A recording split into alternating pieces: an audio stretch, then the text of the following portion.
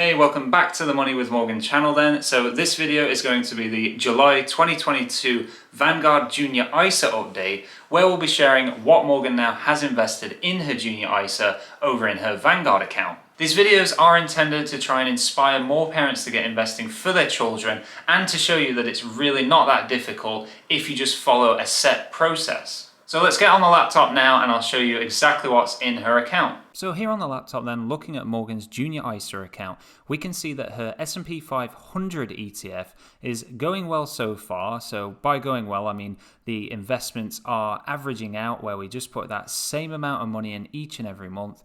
And now the way that we'll be doing this is just buying one unit each month. So £100 will be put towards this, but because you can only buy whole units, and this month's July 7th were purchased at £59.80. Obviously, you can't get two for that for £100, so we are just buying one unit of that. And I'll tell you in a minute what will be happening to the other £40.20 that does not get invested. We're not just going to leave that sat in the account as cash. The second fund that we have just started buying actually is the Global Small Cap Index Fund, and that's the Accumulation. So obviously dividends with the Accumulation are just reinvested automatically. There's no messing about there.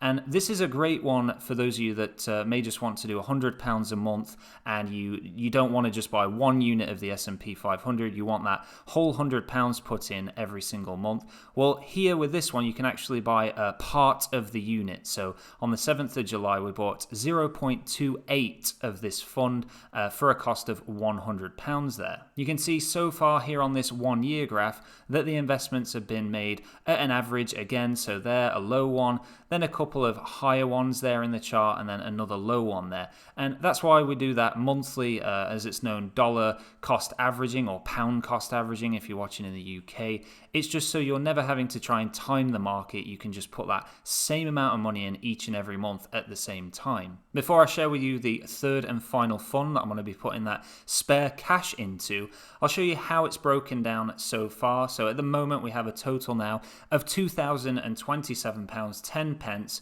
which is quite a way up since the £400 that we started this with in October 2021, just doing that £200 a month. And yeah, you can see there cash paid in £1,600, and then the original transfer from another ISA that I started was £427.10.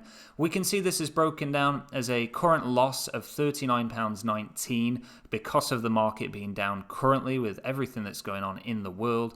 We can see that the gross interest on the cash in the account is the 11 pence there, and dividends that have been paid have been £10.33 with zero tax, of course, because it's an ISA, so we don't pay any tax on any money that grows in an ISA account.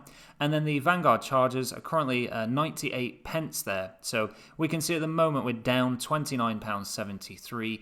Of course, you know, we're in this for the long term, many years. So we're not bothered about this slight bit of loss here whatsoever. Now, getting into the third fund that I'll be investing in for Morgan each month, it is the FTSE All World High Dividend Yield UCITS ETF, and that's ticker symbol VHYL. I do really like the thought of a high dividend yield fund. So this is a fund where there's nearly 1,800 stocks in there. And of course, they're picked on the fact that they have high dividend yields, as the name would suggest. You have an ongoing charge for that of 0.29% there.